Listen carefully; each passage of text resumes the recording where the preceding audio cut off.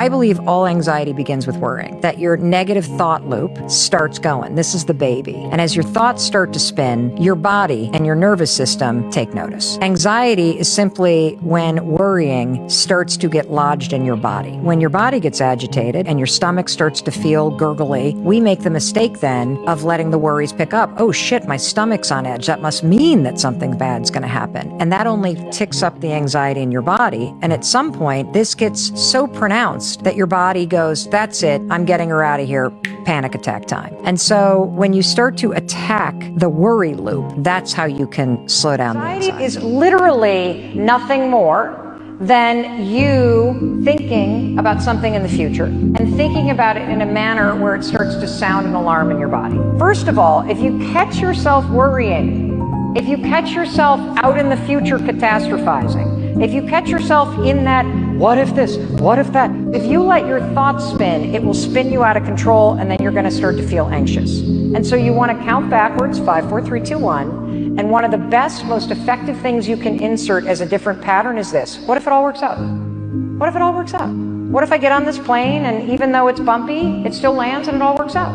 Because you can't argue with that. If you can stabilize your thoughts, your body settles down and it doesn't escalate. So you're going to interrupt the worry, 5, 4, 3, 2, 1, and then you insert something else. You can also say this moment will pass. You can say I can handle this, but you've got to interrupt those thoughts and insert something else. Using this thing called the let them theory. I love this. I want you to try it. Here's how it works. The next time you feel left out, your friends all go out to brunch together and they don't invite you. Let them. Or maybe the person you're dating doesn't want a commitment. Let them. Or perhaps your spouse does not want to do the 5K with you. Let them. Your company is laying people off. Let them. You spend so much time and energy trying to control other people and getting emotionally worked up about things that are beyond your control. You can tap into peace and true control if you let them be themselves. And here's the other thing.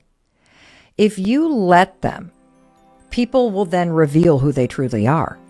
And when they reveal who they truly are to you, you now know what you can choose next that's right for you.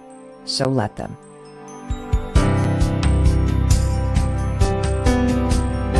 Psychologists will tell you that if you focus and try to manage things that are never going to be within your control, it only creates stress, anxiety, and frustration for you.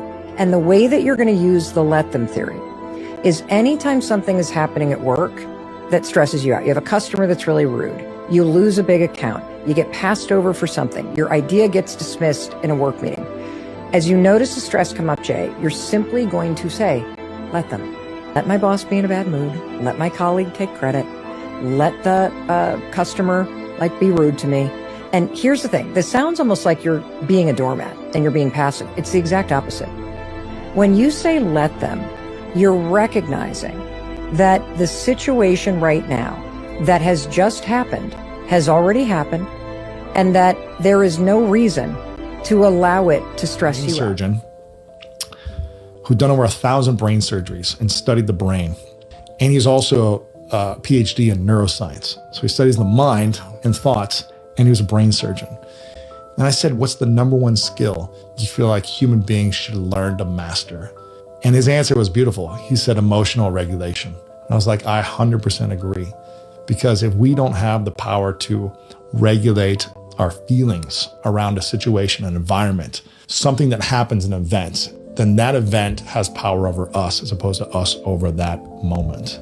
And if it has power over us to where we react so strongly, we need to ask ourselves, why am I so triggered? Where is that wound? That's a wound somewhere. Where is that wound? And how can I start the healing journey?